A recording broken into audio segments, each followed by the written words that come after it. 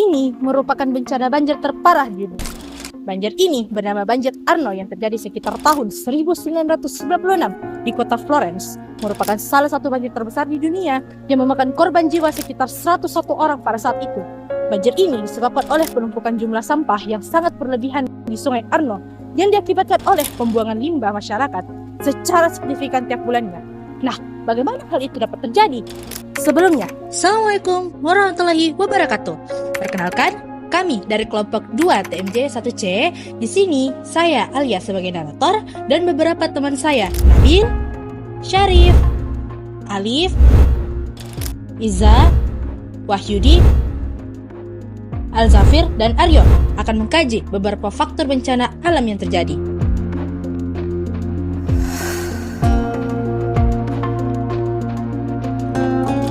Teman-teman ketahui, di beberapa faktor terjadinya bencana alam seperti banjir Arno yang disebabkan oleh kebanyakan aktivitas masyarakat perkotaan.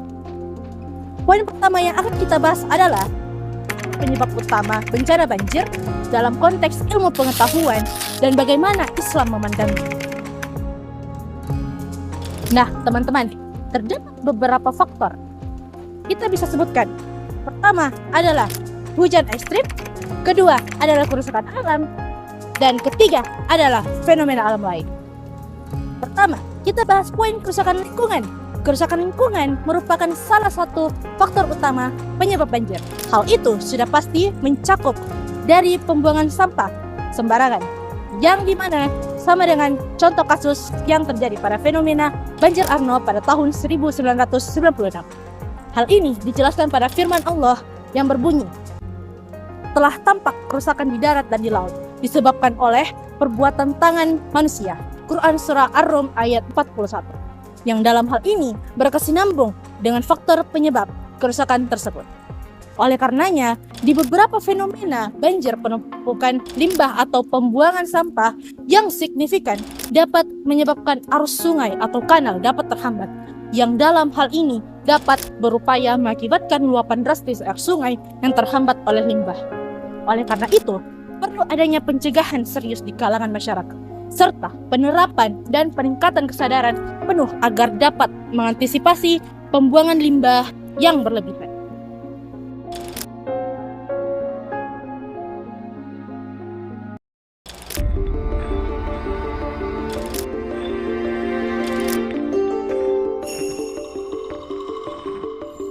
Jadi pada tahun 2014 terjadi sebuah bencana longsor di Kabupaten Banjarnegara, Jawa Tengah.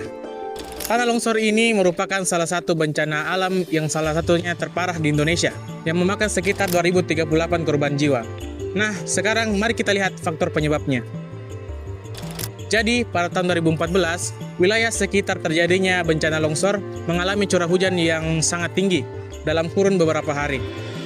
Selain itu, pada bukit Telaga Lele pada wilayah itu memiliki struktur tanah yang padat, serta tidak memiliki sejumlah tanaman yang dapat menahan tanah tersebut dari pelapukan tanah. Akibatnya, tanah dengan kemiringan 60 derajat tersebut memiliki kikisan yang cukup panjang dan mudah terbawa arus. Tanah longsor dapat dicegah dengan melakukan pendekatan praktis, seperti melakukan perencanaan tata ruang yang berarti, tidak melakukan pembangunan di daerah rawan longsor. Hal ini juga dapat sekaligus kita terapkan di lingkup masyarakat untuk mengedukasi dan melakukan pendekatan secara praktis maupun spiritual melalui ibadah dan doa. Dalam fenomena ini, beberapa kali Allah Subhanahu wa Ta'ala berfirman dalam surah Al-Mu'minun ayat 17 hingga pada ayat 22 yang menegaskan Allah menciptakan 7 lapis langit dengan sempurna sebagai bukti keteraturan dan kebijaksanaannya. Allah menurunkan air hujan dengan takaran yang tepat, yang kemudian disimpan dalam bumi dan dimanfaatkan oleh makhluk hidup. Dari air hujan tersebut, Allah menumbuhkan kebun-kebun berupa pohon kurma dan anggur yang menghasilkan buah-buahan sebagai rezeki bagi manusia. Dalam konteks kesinambungan pada fenomena bencana, longsor yang terjadi 10 tahun silam, beberapa bencana secara menyeluruh bukanlah disebabkan oleh manusia. Namun dalam firman Allah tersebut, pelajaran yang penting dapat kita kutip secara keseluruhan. Ayat-ayat ini mengingatkan manusia untuk merenungkan tanda-tanda kekuasaannya, yang nyata di dalam alam semesta dan mensyukuri nikmatnya. Nah, teman-teman, dalam hal ini sebagai manusia yang berakal dan memiliki pengetahuan ilmiah, merupakan kewajiban kitalah untuk menjaga ciptaannya dengan tidak membuang limbah sembarangan yang dapat menciptakan fenomena banjir. Untuk itu, marilah kita terapkan kesadaran dan inisiatif untuk melakukan reboisasi pada tanah bukit untuk mencegah terjadinya bencana longsor, agar keselamatan masyarakat dapat dipenuhi secara praktis melalui kegiatan penanggulangan.